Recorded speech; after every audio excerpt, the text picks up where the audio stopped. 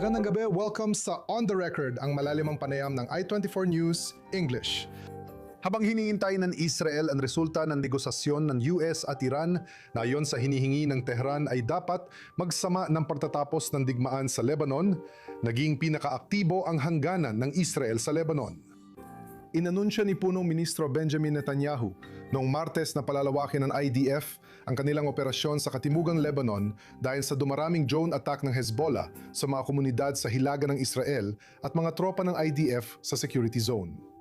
Nakatagdang magpulong ang mga delegasyon ng militar ng Israel at Lebanon sa Washington sa Biyernes para talakayin ang disarma ng Hezbollah at pagdeploy ng sandatahang lakas ng Lebanon sa katimugang bahagi.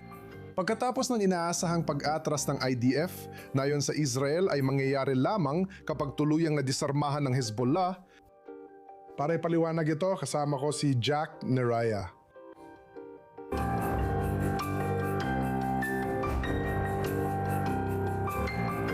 Si Colonel Jack Neraya, isang reservist, ay senior analyst sa Middle Eastern Affairs ng Jerusalem Center for Public Affairs.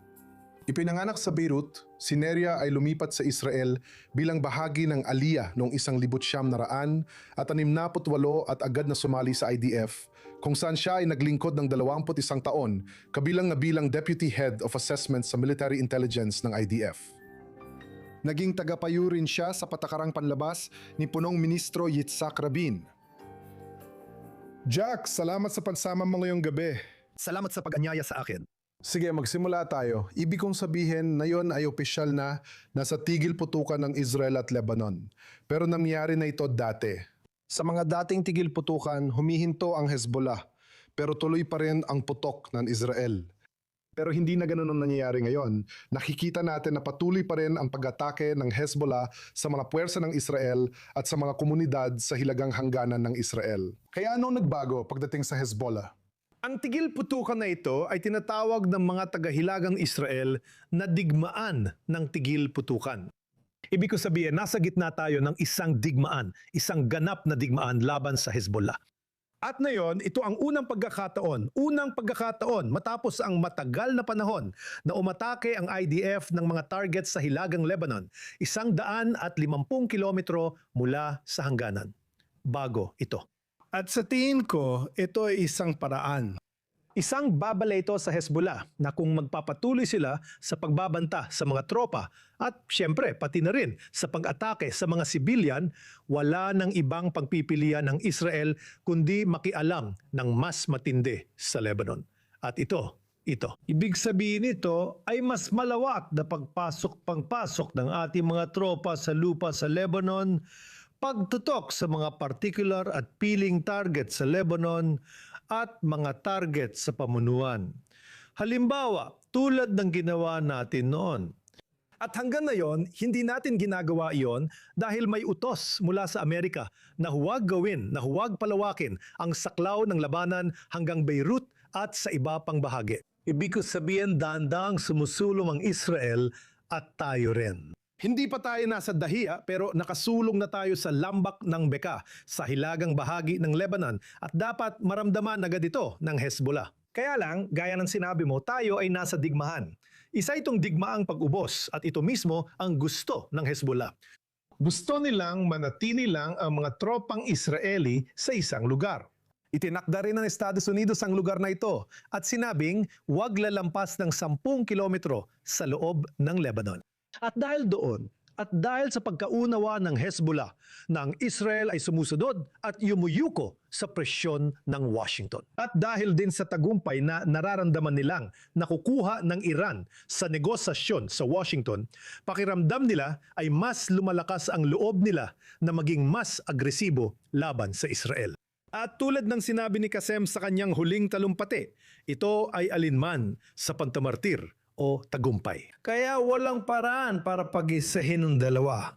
Ito ang kanilang desisyon. At ang desisyon na yon ay isinasaalang-alang din batay sa iba pang mga salik. Ang pangunahing iniisip ni Hezbollah ay kung paano pabagsakin ang gobyerno ng Lebanon na isang direktang banta.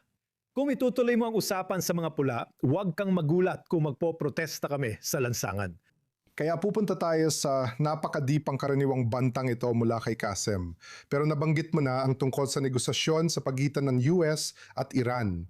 Ngayon, kung ang tigil putukan sa Lebanon ay kasama man o hindi sa kasunduang iyon, mananatili pa rin ang mga puwersa ng Israel sa lupa. Nangako ang Hezbollah na tuluyang pag-atake habang naroon pa ang mga puwersa ng Israel. Mananatili ang puwersa ng Israel doon hanggang madisarmahan ng Hezbollah na maaring tumagal ng ilang taon. At kaya ba ng IDF na manatili sa lugar na ito sa Timog Lebanon at patuloy na atakihin ng Hezbollah?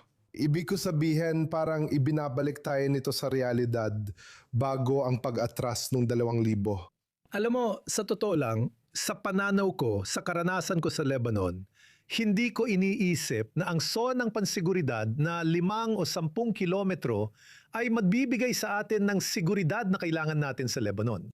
Sinira natin ang 29 na mga baryo sa unang hanay, pangalawang hanay at pangatlong hanay. Tayo na ngayon, ang dahilan, ibig kong sabihin, sa ilalim ng ating presensya, merong mahigit 68 mga baryo na karamihan ay nasira. Kaya ang depensa ng Hilaga ay maaring gawin mula sa loob ng ating internasyonal na mga hangganan na may mga kasunduan sa seguridad sa loob ng Lebanon. Bakit pa kailangan ng security zone? Tama, eksakto. Ito ay sa katunayan isang banta sa mga Lebanese na sinasabi sa kanila, sige, anong nangyari sa okupasyon ng mga baryong iyon? May halos 1 milyong Lebanese na tumakas pa Hilaga at ngayon ay nakatuon tayo sa Nabatia at sa Tyre. At ibig sabihin ito na may panibagong 250,000 Lebanese na kailangan tumungo pa Hilaga. At ito ay nadudulot ng pressure sa gobyerno at pati na rin sa Hezbollah. Kaya sinasabi mo na ang security zone ay mas isang paraan ng pagpuwersa kaysa isang pangangailangang pangseguridad. Tulad ng sabi mo, naranasan na natin ito mula 1,982 hanggang 2,000 at hindi naman masyadong nakatulong. Tayo pa nga ang naging target ng Hezbollah doon. At sa katunayan, tayo pa nga ang nag-udyok sa Hezbollah na maging kung ano sila na yon dahil sa kanilang pangharap sa mga tropa ng IDF at sa digmaan sa Timog Lebanon. Kaya ito, ibig kong sabihin, ito ay isang katotohanan. Isa itong katotohanan. Kailangan nating gawin ang lahat para maprotektahan tayo. Kung inilalagay natin ang hukbo sa pagitan ng Lebanon at mga baryo sa Hilaga, pwede rin nating ilagay ang hukbo at ang mga baryo sa likod ng ating internasyonal na hangganan. Kaya ang sabi ko, ginagamit natin itong baraha para mag-pressure at makuha ang pampulitikang solusyon kasama ang pamahalaan ng Lebanon. At ngayon, kailangan kong sagutin ang isang bagay na sinabi mo kanina na para bang ang layunin ng negosasyong ito ay gawing normal ang relasyon sa Israel. Hindi ito ang pinag-uusapan ng mga Lebanese. Ang Lebanon, ang mga Lebanese na negosyador kasama ang Pangulo ng Lebanon ay pinag-uusapan ang pakikipagnegosasyon para sa pag-atras ng Israel ang muling pagtatayo ng Timog. Wala man lang kahit isang salita tungkol sa normalisasyon o kasunduan sa seguridad kasama ang Israel. Wala talaga. Ngayon, isa pang issue ay ito. Noong nakaraang linggo, ang Amerikanong kagawaran ng katarungan ay nagpatupad ng mga parusa sa mga Lebanese na mambabatas, ibig kong sabihin, mga miyembro ng parlamento. At ano may espesyal sa dalawang opisyal, mga pansamantalang opisyal? Ang isa ay ang pinuno ng pagsusuri sa Lebanese Internal Forces at ang pangalawa ay responsable sa intelihensya sa DAFIA. At ito ang unang pagkakataon na nanganahulugan na alam nila na ang Lebanese Army ay puno ng mga espya. At ang mga espya na yon ay may kaugnayan sa Hezbollah. At ibig sabihin nito na walang paraan na maipatupad ang anumang kasunduang maabot kasama ang Lebanon o sa tulong o sa asistensya ng Lebanese Army. Sigurado kami dito. Kaya ang tanong, sino ang magbibigay ng garantiya? Tama, kaya alam natin na wala sa kakayahan ng Lebanese Army na tanggalan ng armas ang Hezbollah. At ang tinutukoy mo rin na yon ay wala rin silang kagustuhan dahil sa komposisyon ng Lebanese Armed Forces at sa malaking presensya ng mga Shiite doon. Maari mo bang ipaliwanag ng maikli ang komposisyon ng Lebanese Armed Forces? Para mas maintindihan natin kung gaano kahirap O sabi ng iba, imposibleng ipasa ang tungkulin ng pagdidisarma sa Hezbollah sa Lebanese Armed Forces. Mahigit 40 taon nang nakatuon ang Hezbollah sa dalawang bagay. Isa ay ang sistema ng edukasyon na sarili nilang sistema ng edukasyon na kasabay ng opisyal na Lebanese na sistema. Ito ay isang sistema kung saan ang pambansang awit ay Salam Yamin imbes ng pambansang awit ng Lebanon. Ito ang una. Pangalawa ay ang paglalagay ng mga espiya sa loob ng hukbong sandatahan at sa loob ng administrasyon ng Lebanon. At sa totoo lang, 60% ng hukbong sandatahan ng Lebanon ay mga Shiite.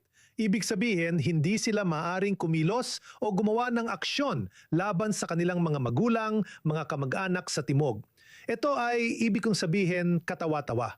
Kaya hindi mo magagamit ang hukbo para dyan. At mismong hepe ng hukbo ang nagsabi na kung gagamitin mo ang hukbo para supili ng Hezbollah, magwawatak-watak ang hukbo tulad ng nangyari noong 1975. Kaya bakit nagtitiwala o umaasa ang US sa pamahalaan ng Lebanon? Dahil sa US, ang plano ay lumikha ng bagong brigada. Isang bagong brigada na walang anumang kaugnayan sa Hezbollah. At iyon ang magiging unit ng Lebanon na responsabale sa seguridad at kaayusan sa timog. Isa lang itong panaginip. Hindi ito mangyayari. Maliban na lang kahit pataasan nila ang sahod, kung ikukumpara mo ngayon, ang isang sundalong Lebanese ay tumatanggap ng $250 kada buwan, samantalang ang mga mandirigma ng Hezbollah ay tumatanggap ng eksaktong $2,000 kada buwan. Kaya ang ibig kong sabihin, napakalaki ng pagkakaiba. At dahil dyan, hindi ka makakabuo ng bagong hukbo. At pagkatapos nang bumisita sa Washington ang kumander ng hukbong ito at nakipagkita kay Lindsey Graham. Nang payagan siyang bumisita sa Washington. Ano? Ngayon, wala nang Washington. Tinanong siya kung paano niya nakikita ang Hezbollah at kung itinuturing niya itong teroristang grupo. Ano ang sagot niya? Hindi yon sa konteksto ng Lebanon. Ibig sabihin, maaaring teroristang organisasyon ang Hezbollah sa UK, sa US, sa Europa, saan man. Pero sa Lebanon, hindi. Hindi talaga. Kaya bahagi ito ng sistema. Debito, mag-iisip ang commander ng hukbo. Heto, bibigyan kita ng isa pang halimbawa. Pinatay ng Israel ang Chief of Staff ng Hezbollah, si Fuad Shukur. Nasa Hezbollah siya. Ang pinsan niya ay nasa internal forces ng Lebanon. Ibig ko sabihin, opisyal na internal forces. Ayon sa balita, siya ay isang abogado na dinukot ng mga puwersa ng Israel at dinala sa Israel. Ang isa pa niyang pinsan ay nasa Amal, yung isa pang Shiite na organisasyon. Kaya isang pamilya na may 3 posisyon, isa sa Hezbollah, isa sa Amal, at isa sa internal na puwersa. Ganito nahahati ngayon ang Shiite na komunidad sa Lebanon. Kaya iisa lang ang layunin nila. Labanan ang Israel, gawing Islamic Republic ang Lebanon, maging isa pang probinsya ng Islamic Republic of Iran at mapasailalim sa Wilayat al-Faqih. Ibig ko sabihin, ang autoridad ng mga hurista sa Tehran. Susunod sila at gagawin ang anumang nais niya. Tingnan mo, binanggit mo ang banta ni Naim Qasem sa talumpati niya ngayong linggo. Sa madaling salita, lumampas siya sa karaniwan niyang panawagan sa pamahalaan ng Lebanon na umatras sa usapan kasama ang Israel at ginawa niyang panawagan ito sa mga Shiite, mga taga-suporta nila sa Lebanon, na lumabas sa kalsada at nagbanta na pababagsakin nila ang pamahalaan. Ibig bang sabihin nito na malapit na bang magkaroon ng digmaang sibil sa Lebanon? Alam mo, para tayo nakaupo sa bariles ng pulbura. Kailangan lang ng isang munting ningas para sumiklab ito at sumabog. Alam ito ng lahat sa Lebanon, kaya nila iniiwasan ito. Pero ang Hezbollah, higit sa iba, ay nauunawaan ang mga magiging epekto nito. At tinutukoy niya ang mga taranasan na nakaraan.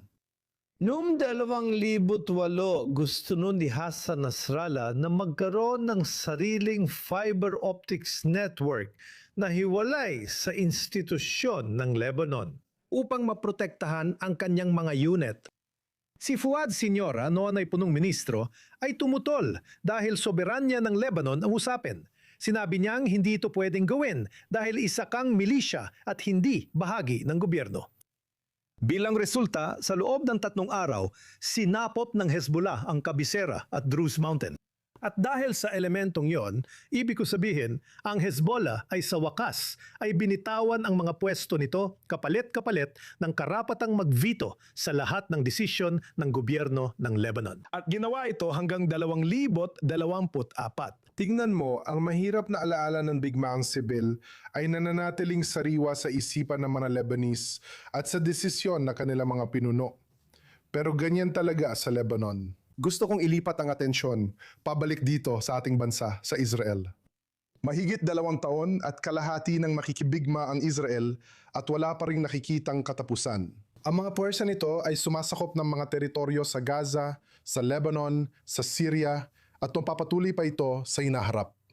Ano ang epekto nito? Paano nito naapektuhan ang lipunang Israeli? Sa lipunang tinitirhan ko, sa tingin ko, ang pagtutol sa ganitong asal ng gobyerno ay hindi tinatanggap. Lahat bawat isa ay sapat ang talino para maintindihan na hindi nakamit ang mga layunin ng digmaan. Gaza, kung saan bukas pa rin ang usapin. Lebanon, bukas pa rin ang usapin. Syria, bukas pa rin ang usapin. Iran, bukas pa rin ang usapin. Sino ang may bukas na kaso? May natapos ba tayo kahit isa sa mga usaping iyon? May pinal na pag-aproba ba tayo sa alinman sa mga usaping yon? Wala. At dahil doon, alam mo, halos bawat 2 araw, may naririnig kang sundalong nasasawi sa Hilaga, isa pa sa aksidente sa Gaza, o kaya'y napatay ng mga sniper. Dahil dito, 2 taon at kalahati tayong nasa digmaan. Ibig ko sabihin, halos parang lumalapit na tayo sa halimbawa ng Ukraine. Jack, hindi pinili ang digmaan. Ipinataw ito sa Israel. At nananatili pa rin ang mga banta. Masasama ang mga naging desisyon. Tulad ng sinabi mo, ipinataw lang sa atin. At dapat sana ay mabilis at pinal ang naging sagot natin. Sa halip, nagpatumpik-tumpik lang tayo. Inabot tayo ng ilang buwan bago tayo nakapagdesisyon. Una sa lahat, kung maglulunsad ba tayo ng operasyong panlupa sa Gaza. At pagkatapos, narinig natin ang iba't ibang bersyon. Sabi ng isa, ang pamuluan ay nasa Hilaga. Sinakop lang natin ang Hilaga ng Gaza Strip, pero walang nangyari. Sabi nila, nasa Shifa Hospital basement, pero pagpunta natin doon, wala namang nakita. Tapos sinabi nila, Khan Yunis, tapos Khan Yunis na naman. At sa bawat pagkakataon, palipat-lipat lang tayo ng lugar nang hindi natatapos ang layunin. Ngayon sa Lebanon, ganun din. Ngayon lang tayo nagsimula. Sinimulan natin ang digmaan laban sa Hezbollah. Diretsahan naming sinabi na naipasok namin ang Hezbollah sa we trapped Hezbollah and bitad na inihanda namin para sa kanya. Sa halip, baliktad ang nangyari.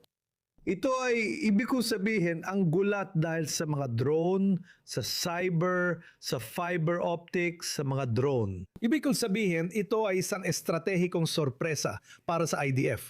Hindi sila handa para doon. Parang hindi rin tayo handa sa nangyari sa Gaza.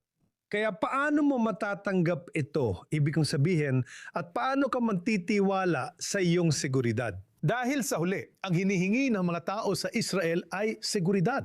Gusto namin ng seguridad, alam mo?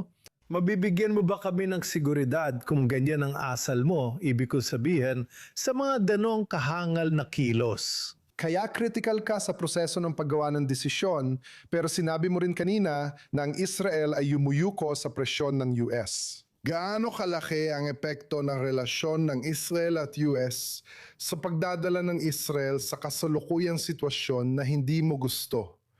At marami ring Israeli ang hindi natutuwa. Nung nagtrabaho ako kay Yitzhak Rabin, hindi lang isang beses. Hindi lang isang beses. Ibig ko sabihin, maraming beses yon. Sabi niya noon, hindi ko gagawin yan at isusugal ang $3 bilyong na natatanggap natin mula sa US kada taon.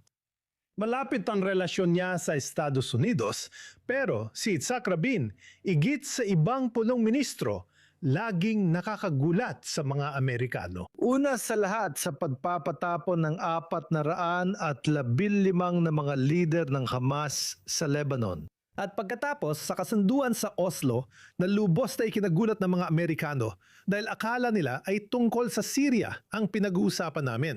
At pagkatapos iba ang nakuha nila. At noon, lahat ng aksyon ng Israel, mga aksyon militar noon, ay sinimulan ng Israel. At Israel din ang nagpatigil sa mga iyon. Narito tayo ngayon dahil sa ating pangako at sa katotohanang kinuluman tayo ng mga Amerikano na subukang bawasan ng banta ng nuclear mula sa Iran. Nakakabit tayo ngayon sa kanilang mga desisyon. Ibig kong sabihin, kung sila at tulad ng sinabi ni Donald Trump ng hayagan sa ere, sinabi niya si Bibi Netanyahu, hindi Benjamin Netanyahu. At gagawin ni Bibi Netanyahu ang kahit anong ipagawa ko. Kaya ito ang sitwasyon na narating natin kung saan ang ating soberanya at ang ating paggawa ng desisyon ay parang nakasalalay na lang sa White House at Washington. At hindi pa ito nangyari dati. At hindi pa ito nangyari dati. Kaya nga nawalan tayo ng bahagi ng ating kalayaan. At ito ang nangyayari sa ating mga relasyon. Dahil sa kabilang banda, ang ibig kong sabihin, tingnan mo ang asal ng US. Kapag nakita nilang hindi nila kayang talunin ng mga Houthis, ititigil nila ang digmaan at sasabihin nilang tama na. Kami ay mananatili kasama ang mga Houthis. Ngayon, makikipagkasundo sila sa Iran. Gagawin nila ang kahit ano at mananatili kami kasama ang Iran dahil nandito kami at nandoon sila. Malaking pagkakaiba ito. Ngayon, pati sa Lebanon, pareho lang kayo. Bawal naming tamaan ng dahiya at pinoprotektahan nyo ang Hezbollah. Ang Hezbollah, imbes na tumakas mula sa dahiya, ay tumatawa lang. Hawak ang tagiliran, sabi niya, Diyos ko, sino mag-aakalang puprotektahan tayo ng Washington laban sa Israel? Gusto ko nang lumipat sa huling bahagi ng palabas. Ito na ang rapid fire segment. Ipapakita ko sa iyo ang 3 larawan. Sa pagkakataong ito, 4 ito. Sabi mo agad ang unang naisip mo. Heto ang unang larawan. Si Nabi Berri, tagapagsalita ng parlamento ng Lebanon at Shiite na leader. Ang pinakamalaking mafia sa Lebanon. Ito ang taong naglalaban ng pera na pumapasok sa Hezbollah sa pamamagitan ng kanyang sistema. At siya ay lumalabas na parang siya ang moderate. Sa totoo lang, siya ang nag-uudyok ng lahat ng posisyon ng Hezbollah laban sa atin. Sige, lipat tayo sa susunod na larawan. Ito si Chief of Staff ng IDF, Yair Lapid. Si Yair Simir ay naiwan na yun mag-isa. Walang suporta mula sa gobyerno. Walang suporta mula sa alinmang elemento. Dahil ang ibig kong sabihin at lahat ay sinusubukang ipasa sa kanya, sa kanyang posisyon, ang resulta ang hindi magandang kinalabasan ng digmaang ito. Sige, kakaiba sa nakasanayan, narito ang 2 larawan mo nung bata ka pa nung dekada 50 at 60 sa Beirut. Oh! Ano, kumusta ang buhay? Kumusta ang paglaki sa Beirut bilang isang Hudyo nung panahong yon? Sa totoo lang, hindi kami nakatira sa distritong Hudyo sa Beirut. Nasa labas kami ng distritong yon at ang pamilya namin ay kakaiba. Ang tatay ko ay Ruso, ipinanganak sa Rusya at ang nanay ko ay galing sa Rhodes, sa isla ng Rhodes. Medyo kakaiba ito sa Lebanon, ibig ko sabihin kung saan. Nag-aasawa ang mga Hudyo mula bansang Arabo ng kapwa Hudyo. At biglang may isang tao, ibig kong sabihin, ang ama ay Ruso at ang ina ay mula sa Gresya. Hindi ito karaniwan, pero ang ibig kong sabihin, hindi namin ito naramdaman dahil wala naman kaming naramdamang problema dahil sa edad na yon, pinili ng nanay ko na ipadala kami sa paaralang ito, isang French boarding school, kung saan isa ako sa mga kasali sa scouting. Ako ang pinuno ng isang tribo. Sa tingin ko noon, kung tama ang tanda ko, ako lang ang pinunong Hudyo. Ng isang tribo ng scouts sa Lebanon. At ang nakakabilib talaga ay ang larawang ito ay nagpapaalala sa akin na dahil sa kolehiyong yon, sa boarding school na yon, nandito ako ngayon na nakaupo kasama ka. Dahil noong natapos ko ang aking mga taon sa paaralan at tumalon ako ng 2 baitang, ibig kong sabihin, napakatalino ko noon, kaya tumalon ako ng 2 baitang nakakuha ako ng scholarship para makapag-aral sa Pransya. At nakatayo ako sa seremonya sa pantatapos ng taon. Sanay na lahat mantalumpate tungkol sa kung gaano kami kagaling, bla bla bla. Biglang nung 1968 iyon, biglang may umakyat sa entablado at nagsimulang batikusin ang Israel at ang mga Hudyo at natakot ako. At bigla kong naramdaman na may humawak sa balikat ko. Lumingon ako at nakita kong si Perma Rosan ang prinsipal ng kolehiyo. Sabi niya, huwag mong pansinin ang mga hangal na yon. Hindi dito ang lugar mo, kundi sa Israel. Kailangan nila ng mga lalaki doon. Pumunta ka. Doon na bago ang buhay ko. Nakikita mo ba ang hinaharap sa Lebanon? Kung saan magkakaroon muli ng mga batang Hudyo na namumuno sa mga tribo ng scouts? Nakakalungkot, hindi ko nakikita ang kinabukasan ng Lebanon. Ang Lebanon ay maaaring mahati sa mga kanton o uri ng mga federasyon o magiging isa na namang bahagi ng Islamic Republic. Well, kahit pa paano naranasan mo ang Lebanon nung kasikatan nito, pwede na lang tayo umasa na kahit kaunti ay may balik ang dati nitong kalagayan. Pero kailangan na nating tapusin dito. Gusto kitang pasalamatan muli, Jacques Neria, sa pagsama sa akin ngayong gabi at sa pagbabahagi ng napakamakabuluhang mga pananaw at karanasan tungkol sa Lebanon. Manood ulit sa susunod na linggo sa On The Record. Pwedeng panoorin ang episode na ito at mananauna sa YouTube at Spotify. Maraming salamat sa panonood. Salamat!